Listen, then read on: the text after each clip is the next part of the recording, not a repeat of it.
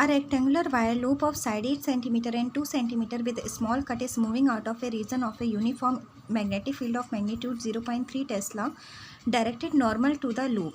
हमारे पास एक रेक्टेंगुलर वायर लूप है जिसकी लेंथ कितनी है 8 सेंटीमीटर है और ब्रेड्थ कितनी है 2 सेंटीमीटर है, और उसने बता दिया है ये यूनिफॉर्म मैग्नेटिक फील्ड है जो कि इसके परपेंडिकुलर है। तो या तो हम इनसाइड मान सकते हैं या तो आउटसाइड मान सकते हैं, तो मैंने इसको इनसाइड मान लिया है।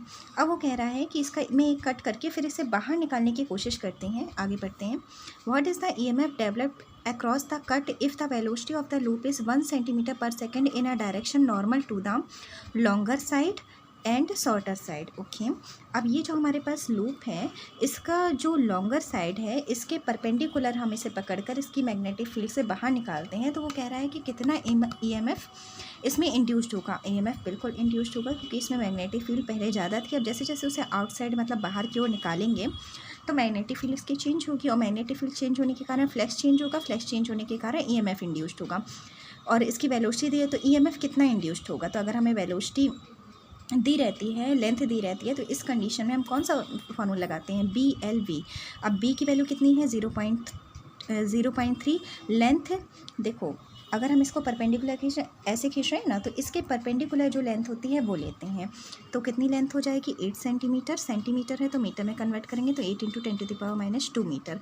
वेलोसिटी कितनी है 1 सेंटीमीटर पर सेकेंड, तो 1 सेंटीमीटर को मीटर में चेंज करेंगे तो हो जाएगा 1 × 10⁻²।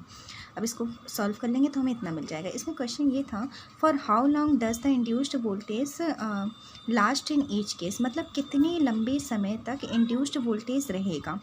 तो कब तक रहेगा, जब तक ये पूरी तरह से ये मैग्नेटिक फील्ड से बाहर नहीं निकल जाता। और मैग्नेटिक फील्ड को बाहर निकलने में जो समय लगेगा, समय डिपेंड करेगा डिस्टेंस अपॉन वेलोसिटी पर। तो कितनी डिस्टेंस होगी, कितनी डिस्टेंस इसे निकलने में लगेगा। तो देखो जब हम इसे बाहर की ओर निकाल रहे हैं तब उसे कितना चलना पड़ेगा 2 सेंटीमीटर तक चलना पड़ेगा। ठीक है, इस क्षेत्र को एक्चुअली मुझे यहाँ से बनाना चाहिए, ये बनेगा। और जब ये बाहर निकालेंगे ये वाली लाइन हम काट देते हैं। ठीक है, अब इसको बाहर निकालने में कितना चलना पड़ेगा हमें यहाँ से यहाँ तक। तो कितनी लेंथ है यहाँ से यहाँ तक की 2 सेंटीमीटर। तो डिस्टेंस हो जाएगी 2 सेंटीमीटर और वेलोसिटी है 1 सेंटीमीटर पर सेकेंड। सॉल्व कर लिया तो हमें 2 सेकेंड का टाइम मिल गया। अब इसी कंडीशन में वो कह रहा है कि अभी तो हमने perpendicular to the longer side किया था, अब perpendicular to the shorter side अब इसको हम बाहर निकालें हैं। तो 2 सेंटीमीटर के परपेंडिकुलर ये होगा, तो यहाँ से हम इस तरह से बाहर निकालें। यहाँ पर भी एक लाइन में काट देती हूँ। ठीक, अब इसे निकल रहा है तो इसमें कह रहा है कि इसमें इंड्यूस्ड EMF कितना होगा। तो E = BLV, B/, 0.3 रहेगा। लेंथ कितनी रह जाएगी, लेंथ आपकी हो जाएगी कितनी हो जाएगी 2 सेंटीमीटर। ठीक है, इसकी लेंथ में कंफ्यूज नहीं होना है।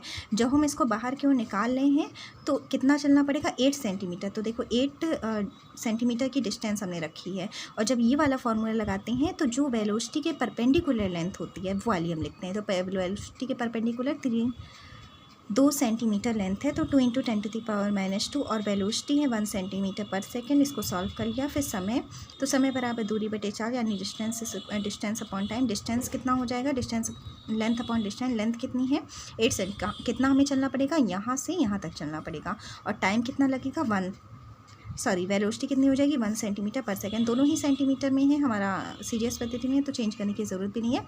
तो हमारा टाइम हो जाएगा 8 सेकेंड। यही हमारे दोनों के आंसर हो जाएंगे। Thank you.